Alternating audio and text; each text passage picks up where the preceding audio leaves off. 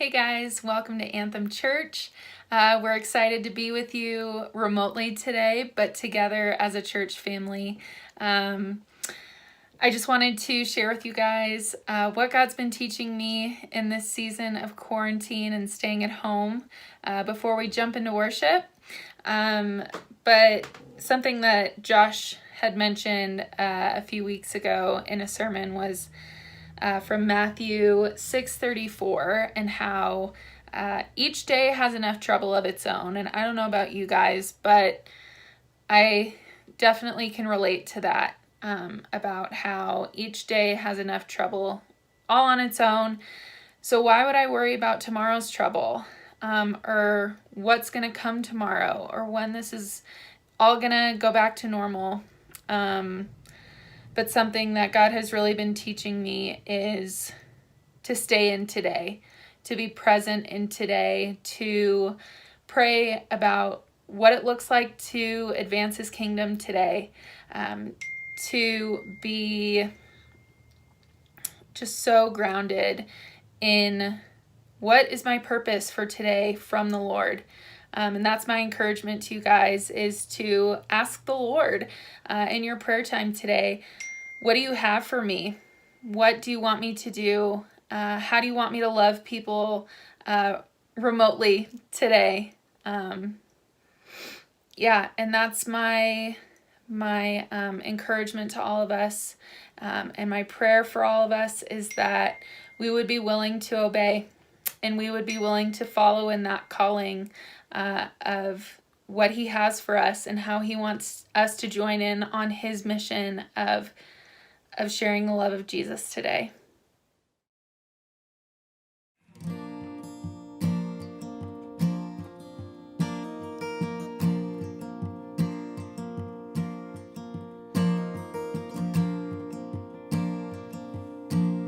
And I searched the world, but it couldn't fill me. And man's empty praise and treasures that fade are never enough. Then you came along and put me back together. And every desire is now satisfied here in love. Oh, there's nothing better than you. Lord, there's nothing better than you. Lord, there's nothing, nothing is better than you.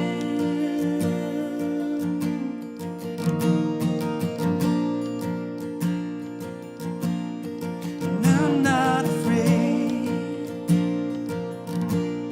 to show you my weakness, my failures and flaws. Lord, you've seen them all. You still call me friend. 'Cause the God of the mountain is the God of the valley.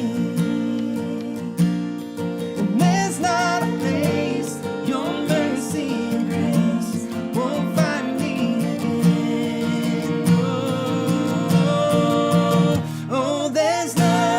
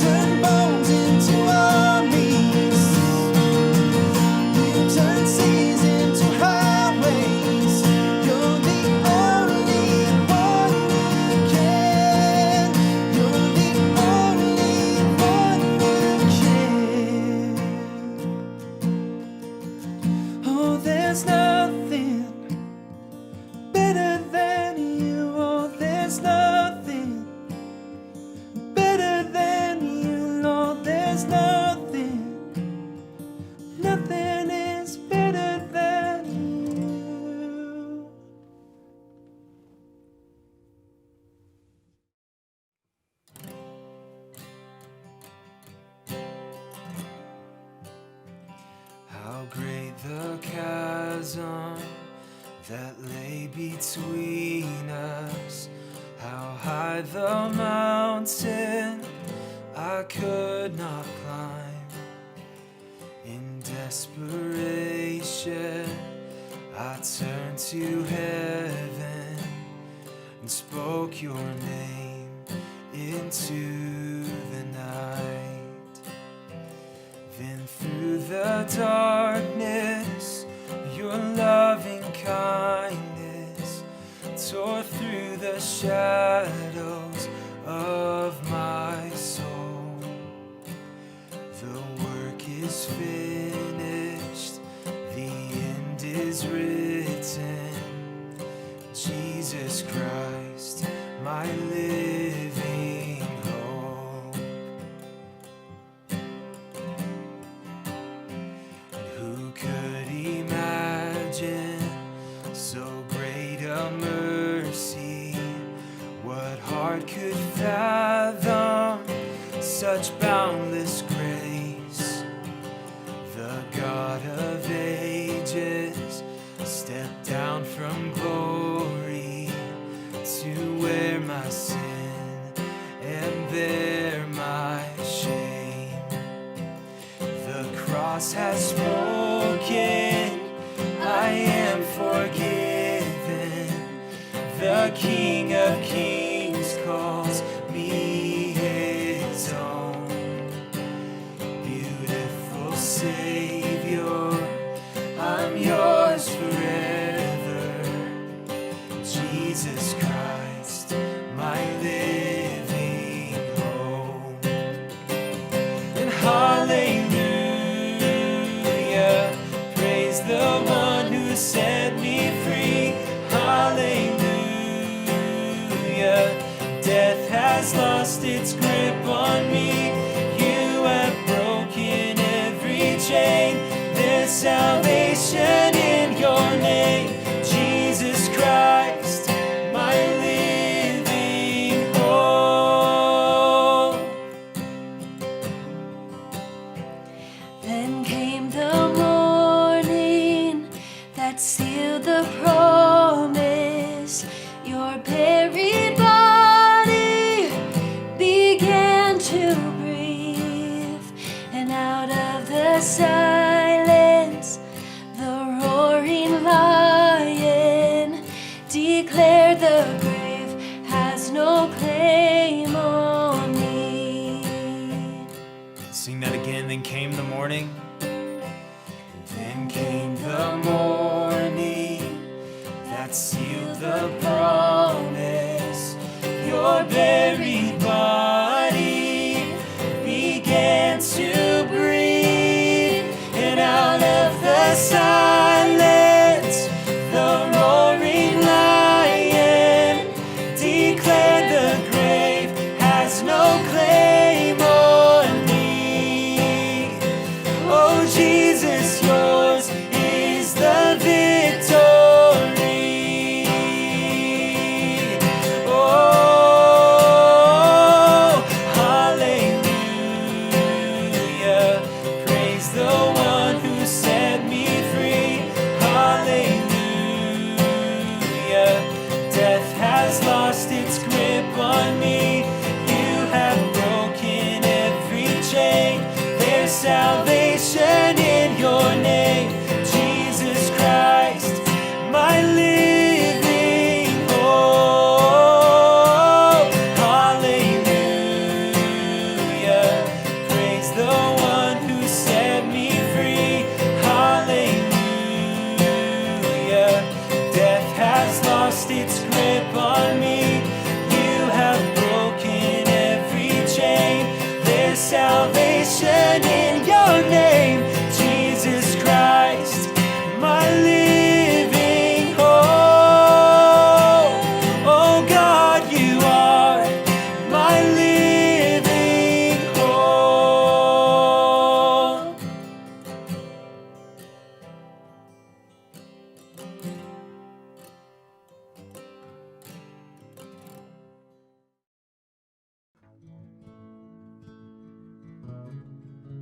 Hey there, good morning, Josh here. Welcome to what is church for all of us right now. This is what we're doing, and welcome. This morning I wanted to start with just an encouragement. As much as you can, lean into this as our current normal. As much as you can, I just want to invite you to make the most of online church. Don't be simultaneously shopping on Amazon while you're doing this. As much as you can, turn off notifications and just be present to this. I want to invite you to actually pray with us this morning, to open your Bible, to even maybe put away your phone if you're able to watch this on a computer with nothing else up on your screen. Make the most of this. We need to practice the spiritual disciplines actually more in this season than ever before. We need to be people who still walk with the Spirit of God. This isn't a pause on that. In fact, we need to pray more than ever. Pray for our world, pray for our neighbors. Let's lean into this moment.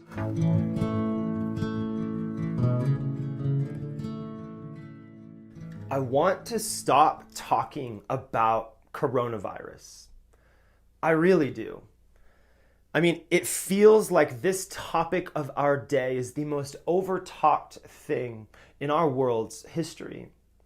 And I'm not making a fact claim with that statement. I'm just making a hypothesis here. Our world is more connected than it has ever been. And this moment of pandemic is the most globally tied experience that we've had, at least in my lifetime. I mean, everyone is in this. I just spoke with a friend that I have in Dubai yesterday, and they're in this. My sister is living overseas with her husband, and they're in this. We have friends in South Africa. They are so in this. We are all tied into this experience and talking about it nonstop. It just seems like it has to be true that nothing has been more talked about in one moment in history than this virus thing. I want to stop talking about this, but I know that it's still on your mind. You're either terrified by coronavirus, or you think the government or a person has created this maybe, and maybe you think this is a hoax all just to control all of us. Or you're just overwhelmed by the fact that you've been in your home for 4 weeks straight, maybe without leaving. I've known some folks that just have not left. Or maybe you think this is amazing. Maybe you're one of those folks because you just can do whatever you want, whenever you want, with that small caveat that you just have to stay in your home. Which even those people that are excited about this, that some of them are even being led down a path again towards addiction. And new kinds of struggles, which then in turn can lead to depression, anxiety, and a whole other myriad of struggles. Coronavirus is dominating my world and your world, whether you think it is or not, and whether you've even known one person who's contracted the virus. This is dominating us. Alcohol sales are booming at the moment. We are setting records with our internet usage. And no, not just from doing work, but because of Netflix. Legal weed business is more profitable than it has ever been. I just read an LA Times article reporting that suicide hotlines and mental health counselors are so overwhelmed right now with more calls than they've ever experienced. And this is really interesting. Bible publishers are reporting that they're seeing anywhere from 60% to almost double jump in yearly sales right now. I want to stop talking about coronavirus, and I promise we're not going to talk about this every week. but we're in a moment of global desperation. I think it's safe to say that every single one of us, on one level or another, are experiencing some kind of desperation, even if it's minor. And today, I want us to take a look at Mark chapter 5, and I want us to see in this narrative moment that Jesus understands desperation. If you read any of the Gospels, you will quickly start to see that Jesus experiences moment after moment of desperation. And most of the time, Jesus willingly chooses to walk right into these moments of desperation. And so take a look with me at Mark chapter 5. We're going to start in verse 1. They came to the other side of the sea, to the country of the Gerasenes. And when Jesus had stepped out of the boat, immediately there met him out of the tombs a man with an unclean spirit. He lived among the tombs, and no one could bind him any more, not even with a chain, for he had often been bound with shackles and chains. But he wrenched the chains apart, and he broke the shackles in pieces. No one had the strength to subdue him. Night and day among the tombs and on the mountains, he was always crying out and cutting himself with stones. And when he saw Jesus from afar, he ran and fell down before him. And crying out with a loud voice, he said, "What have you to do with me, Jesus, Son of the Most High God? I adjure you, by God, do not torment me." For he was saying to him, "Come out of the man, you unclean spirit." And Jesus asked him, "What is your name?" He replied, "My name is Legion, for we are many." And he begged him earnestly not to send them out of the country. Now a great herd of pigs was feeding there on the hillside, and they begged him, saying, "Send us to the pigs, let us enter them." So he gave them permission, and the unclean spirits came out and entered the pigs, and the herd, numbering about 2,000, rushed down the steep bank into the sea and drowned in the sea. The herdsmen fled and told it in the city and in the country. And people came to see what it was that had happened. And they came to Jesus and saw the demon-possessed man, the one who had had the legion, sitting there, clothed and in his right mind, and they were afraid. And those who had seen it described to them what had happened to the demon-possessed man and to the pigs. And they began to beg Jesus to depart from their region. As he was getting into the boat, the man who had been possessed with demons begged him that he might be with him. And he did not permit him, but said to him, "Go home to your friends and tell them how much the Lord has done for you, and how he has had mercy on you." And he went away and began to proclaim in the Decapolis how much Jesus had done for him, and everyone marveled. Here, we have a moment where Jesus chooses to step right into the mess of someone else's desperation. This man that Jesus approaches is so out of his mind that the people in the nearby town had often tried to chain him up like an animal. It says that he lived among the tombs, which also can be translated graves or graveyard. And so this man, he lived among a graveyard in an area called the Gerasenes, which generally is this area that's on the east side of the Sea of Galilee. And we also know about this area that evidently there's this huge pig farm. It said, like 2,000 pigs, kind of crazy. And so here, where Jesus is engaging with this demonized man, the point of all of what I just mentioned to you is that this is not Jewish land, and these are not Jewish people. This is not a place where a good rabbi and his disciples should be at all. It's like they walked into the wrong neighborhood. So often it can be really difficult for us to visualize these moments in the scriptures. The scriptures are trying to draw us into a scene and really evoke an emotion. And I think it can be really difficult for us because this world is so foreign to us who are late modern American people. But if I were to tell you some kind of story that went like Jesus and the boys walked into a dark, seedy back alley of Gotham City, most of you, especially if you know Batman, would be able to get a sense of what I was trying to evoke in this story, like the emotional kind of scene, the backdrop. You would get a sense, if I had just told you that story, of the dark and the evil atmosphere that I was trying to describe. And that is actually what we should be feeling as we walk into this Mark 5 narrative. Jewish people were to never go near a dead body, let alone a grave. That's totally taboo.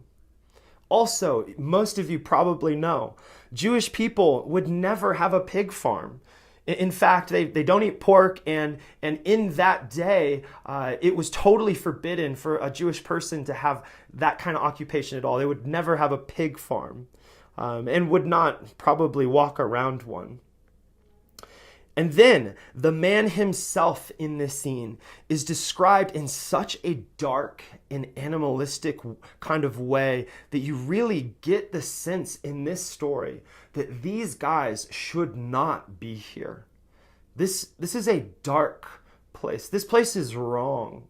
Everything about this scene should feel off, and we should even feel nervous for Jesus and his disciples as the beginning of this story unfolds.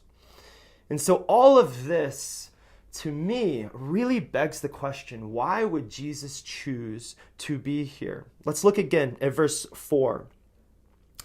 For he had often been bound with shackles and chains, but he wrenched the chains apart and he broke the shackles in pieces. No one had the strength to subdue him. Night and day, among the tombs and on the mountains, he was always crying out and cutting himself with stones. This description of this man is one of the most tragic and lamentable descriptions of human wretchedness in all of the scripture. If this was you would be so embarrassed.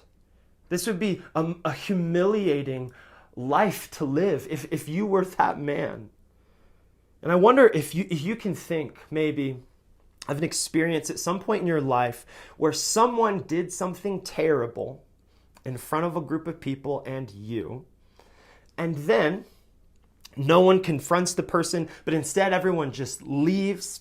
No one tries to maybe help the situation. No one calls out the wrong that happens in that moment. No one even tries to just heal the moment in some way. Everyone just kind of leaves the room, and this unfortunate thing just unfolds. Have you ever maybe had some kind of experience like that? Well, I love how Jesus never steps back in moments of desperation, but Jesus always steps forward and steps right into these moments of darkness and desperation, where something terrible is happening. Jesus, though, he doesn't step in to fight. Take note of that. Jesus steps in to heal. Notice even how Jesus removes the unclean spirits in kind of a casual way. I mean, I don't know if you've seen in Hollywood the way exorcisms or demon possession moments are usually depicted. It's not like this. Look again at verse 6. Speaking of the demonized man, it says, when he saw Jesus from afar, he ran and fell down before him. And crying out with a loud voice, he said, "What have you to do with me, Jesus, Son of the Most High God?" And just quick point there, isn't it interesting that even the demons, they're calling Jesus the Son of the Most High God. They're calling Jesus Lord and God. That's just so interesting. It continues. It says, I adjure you, by God, do not torment me. For he, which is Jesus, was saying to him, come out of the man, you unclean spirit. And then verse 12, skip down, it says, they begged him, saying, send us to the pigs. Let us enter them. So he gave them permission, and the unclean spirits came out and entered the pigs. This moment's kind of confusing if you think about it.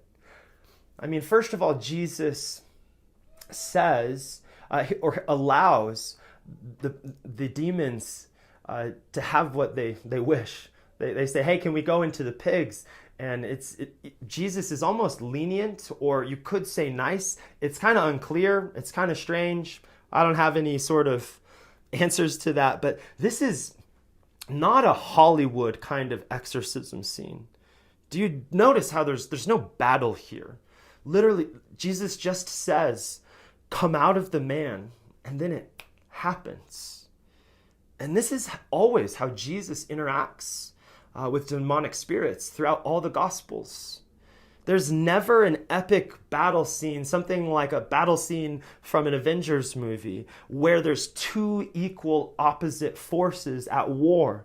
That's not how Jesus and demon moments go in the Gospels. But instead, Jesus will step into these moments of darkness and he will gently apply healing, like a good physician. He comes in and he repairs brokenness. There's no yelling even in this scene. Even though it's dark and strange, Jesus just comes in and he pieces humanity back together. But again, why does Jesus choose to step into this pain and desperation? Jesus does this sort of thing and continues to do this sort of thing because Jesus is on a mission of love. He's on a mission to heal our world and to kick evil out and to send evil into the ocean even. Does that not sound like exactly what we need right now? Jesus will meet you in the most wretched and awkward and embarrassing places of your life. He will meet you in your past, and he will gently apply healing like a good physician. Because of love, Jesus wants to step forward and apply healing to the areas within you that are most vulnerable and desperate. Why does Jesus do this? I think biblical scholar N.T. Wright says it well. He says that this story in Mark is telling us also to look at the bigger story. At the climax of Mark's story, Jesus himself will end up naked, isolated, outside the town among the tombs, shouting incomprehensible things as he is torn apart on the cross by the standard Roman torture, his flesh torn to ribbons by the small stones in the Roman lash. And that, Mark is saying, will be how the demons are finally dealt with. That is how healing takes place. Jesus is coming to share the plight of the people, to let the enemy do its worst to him, to take the full force of evil on himself and let the others go free. This story shows that underneath the pain and the injustice and desperation of our world, there is a spiritual battle going on. About 10 years ago, I put my faith in Jesus for the first time officially.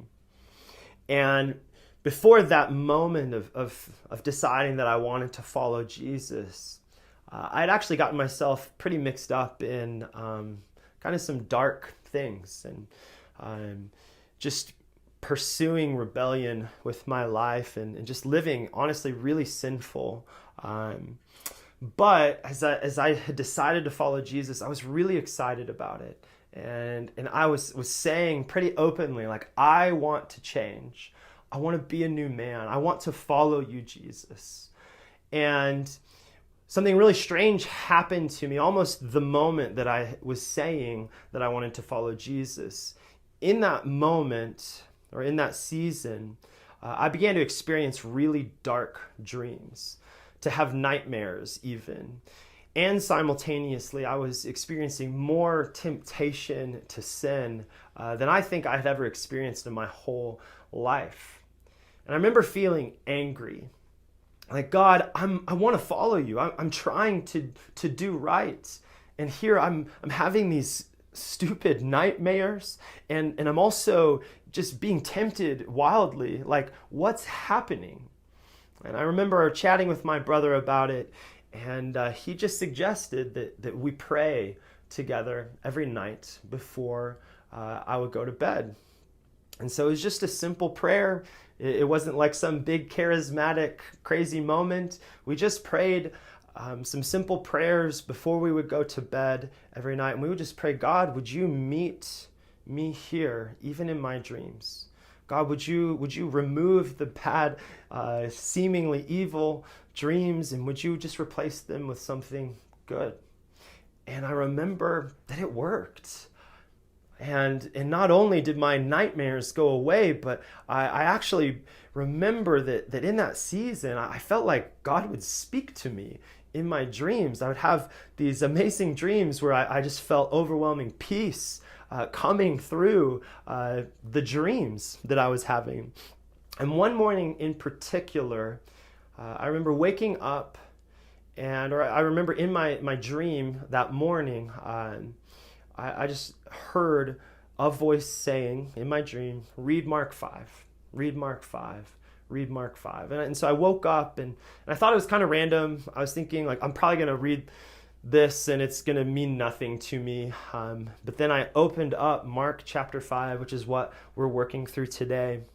And I remember as I worked through the story of this man being healed and restored by Jesus, that this story began to feel so profound to my life and to what I had experienced in my life.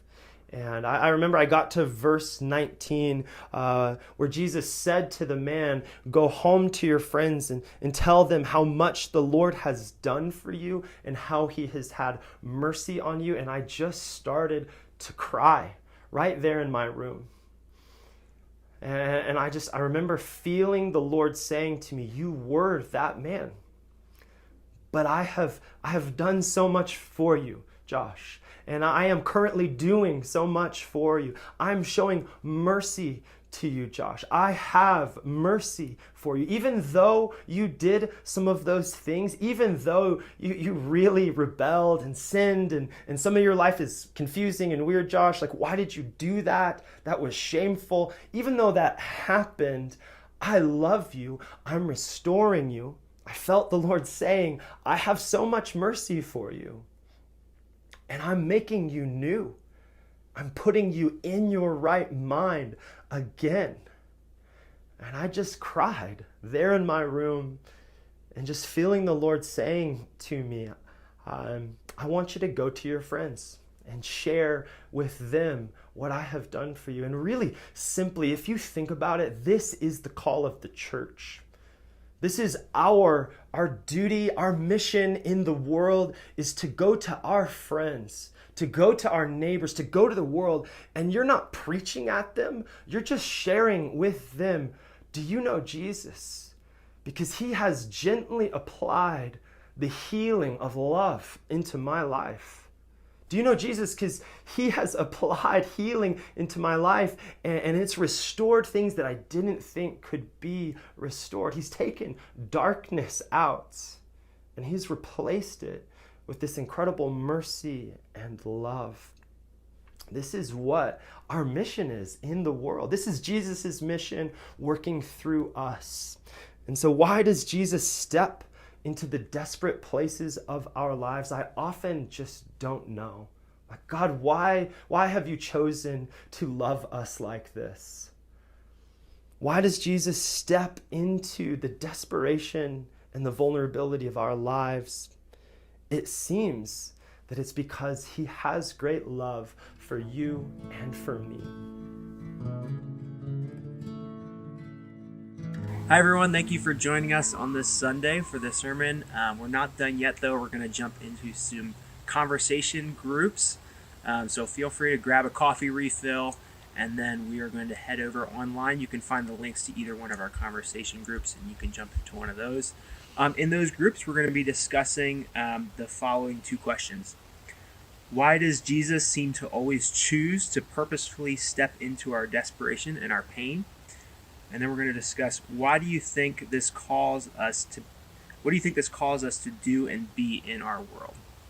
So feel free to jump into those groups. I'm going to pray for us real quick, and then we'll do that. God, we thank you so much for this Sunday. We thank you for just your continued faithfulness and steadfastness in this crazy season, God. We thank you for who you are and for who you called us to be. Pray that you just bless this time as we discuss what we've learned and listened to. And we just are so thankful for who you are. Pray this all in your name.